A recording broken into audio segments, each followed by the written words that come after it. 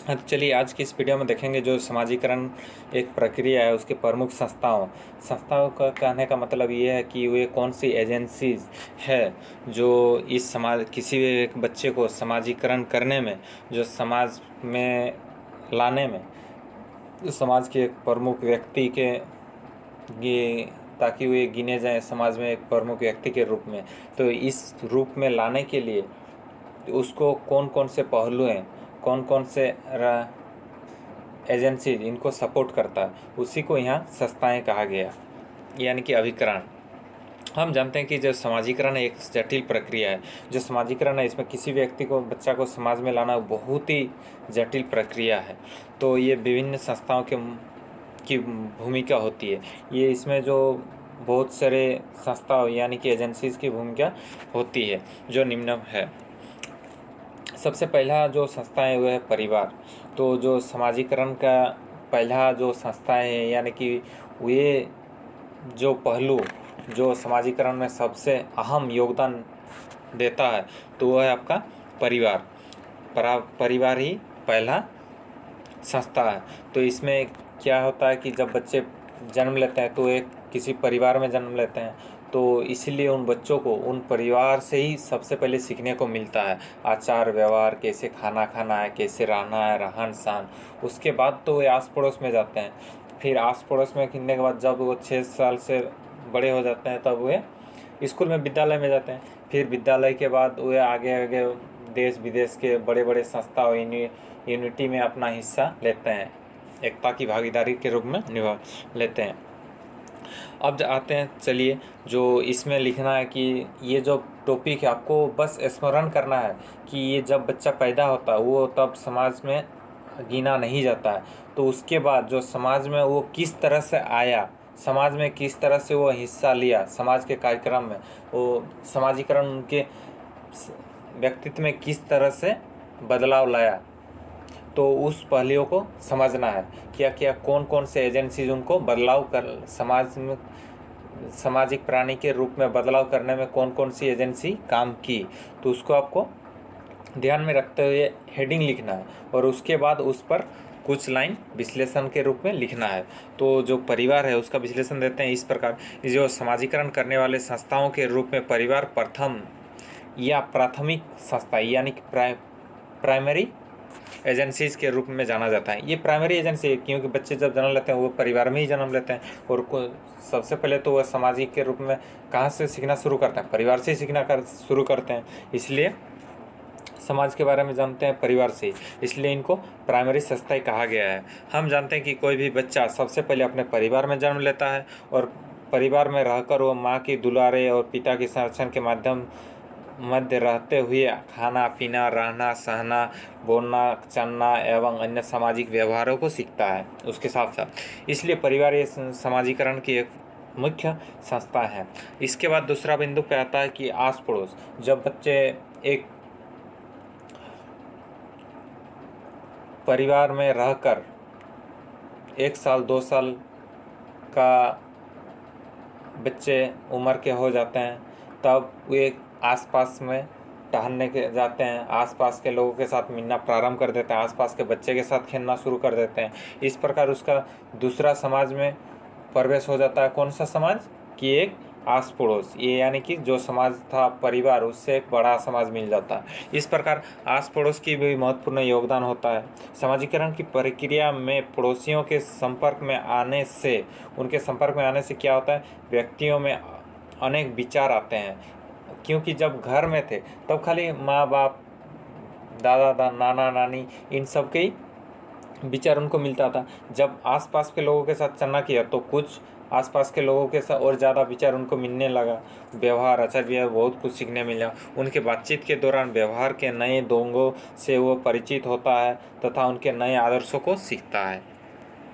अगला जो है आपका तीसरा बिंदु, इसके बाद वो कहाँ जाता है, वो स्कूल जाता है या विद्यालय जाता है। तो बच्चे के समीकरण में शिक्षण संस्थाएं अर्थात स्कूल, कॉलेज आदि समाजीकरण में महत्वपूर्ण भूमिका निभाते हैं। जो इसके बाद जो बच्चे जाते हैं वो कहाँ सीखने के लिए जाते हैं, जब विद्यालय में धीरे धीरे जाते हैं सीखने में, वहाँ उनको अलग समाज मिलता है।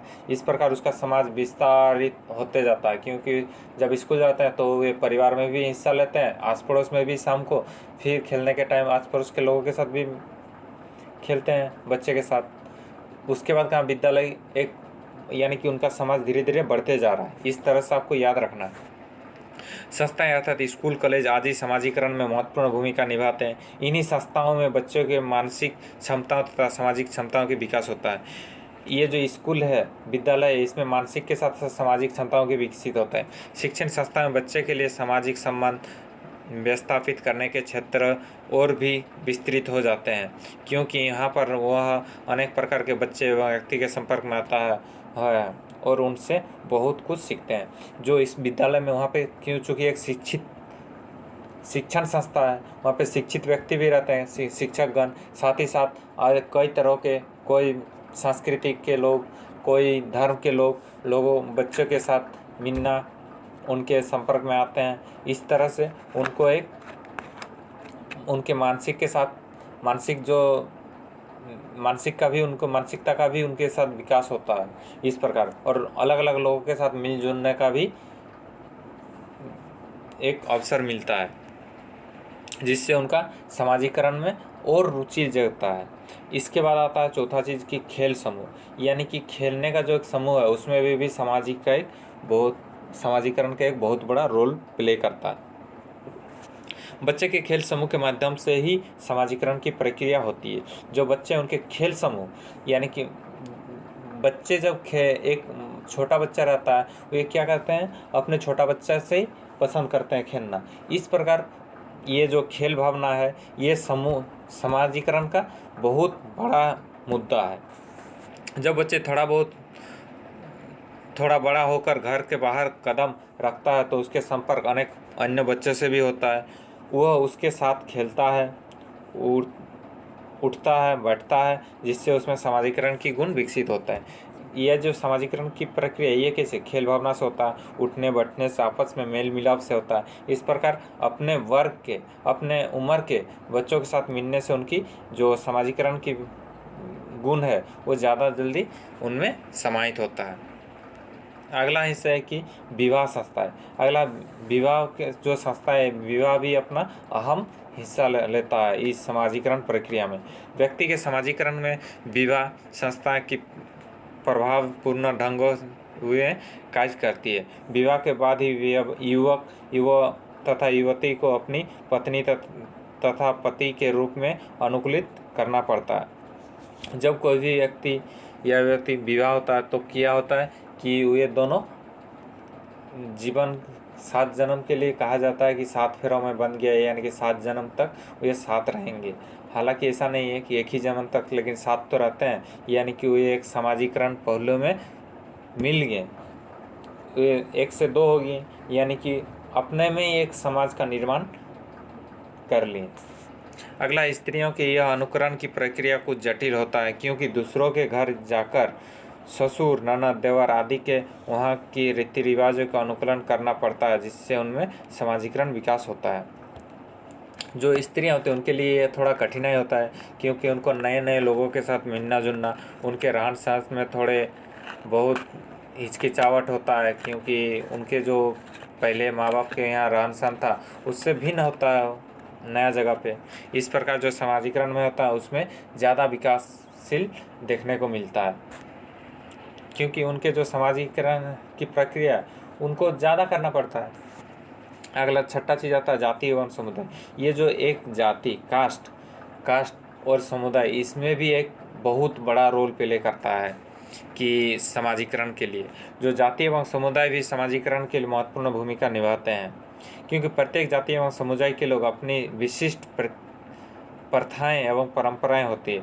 हर जाति और हर धर्म के एक अलग अलग परंपराएं चली आ रही है, उसी को ये मानते आ रहे हैं। और अगर एक परंपरा के लोग आपस में मिल जाते हैं तो कहा जाता है कि वे एक गठ बांध लिए, यानी कि वे अपना धरोहर का पालन करना शुरू कर देंगे, जिससे पालन प्रत्येक जाति के लोग ही करते हैं, जिससे समाजीकरण का विकास होता है। इससे भी उनमें क्या होता है, समाजीकरण, ये तुरंत घुल मिल जाएंगे अगर एक कास्ट के लोग मिल गए हैं, ठीक है, क्योंकि उनके भाषा मिलता है, बहुत कुछ मिलता जुलता है, उसके सांस्कृतिक मिलता है, उसके धर्म मिलता है, उनके पूजा पाठ करने का तौर तरीका मिलता है। इससे उनको उनके साथ रहने में कंफर्ट फीलिंग होता है, उसके साथ दोस्ती करने में, समय व्यतीत करने में उनको सहूलियत होता है। इसलिए ये समाजीकरण में बहुत बड़ा रोल प्ले करता है ये जाति भी। अगला चीज़ है जो भाषा है, ये भाषा का भी अहम है। अगर मान लीजिए कश्मीर का कोई एक बंदा उत्तर केरल में जाके रहेगा तो उसका जो भाषा है बहुत अंतर होगा, उनको वहाँ पे कंफर्ट फीलिंग नहीं होगा, बात करने में भी कठिनाई होगा, उनको बात को समझने में भी बहुत दिक्कत होगा, इसलिए उनको वहाँ रहने का मन नहीं करता। तो समाजीकरण में उसमें ये कैसे इन्वॉल्व होंगे, इसलिए जो भाषा भी है ये भी एक बहुत बड़ा इम्पोर्टेंट रोल प्ले करता है। हम जानते हैं कि भाषा द्वारा ही बच्चे या व्यक्ति का संपूर्ण संपर्क दूसरे व्यक्ति से होता है, जिससे उनमें समाजीकरण की प्रक्रिया आरंभ होती है। ये जो समाजीकरण की प्रक्रिया है ये किससे होता है, उनसे मेल करके। तो मेल कैसे करेंगे अगर उनके साथ बात ही नहीं हो पाएगा, ये एक व्यक्ति दूसरे व्यक्ति की बात समझ नहीं पाएंगे, ये व्यक्ति दूसरे व्यक्ति को अपना बात समझा नहीं पाएंगे, तो इससे उनके जो मेल मिलाव है वो बहुत कम होने लगेगा, उनको अच्छा नहीं लगेगा। इससे प्रकार अलग अलग व्यक्ति उनको, ये भी भाषा जो है ये भी समाजीकरण में अपना अहम हिस्सा प्रदान करता है। मुझे उम्मीद है कि अगर ये प्रश्न इस सोशलाइजेशन यानी कि जो आपका समाजीकरण है इस टॉपिक से आपको अगर कोई भी प्रश्न आएगा तो आप इन तीनों वीडियो देखकर आप अपना प्रश्नों को ज़रूर उत्तर दे पाएंगे। धन्यवाद।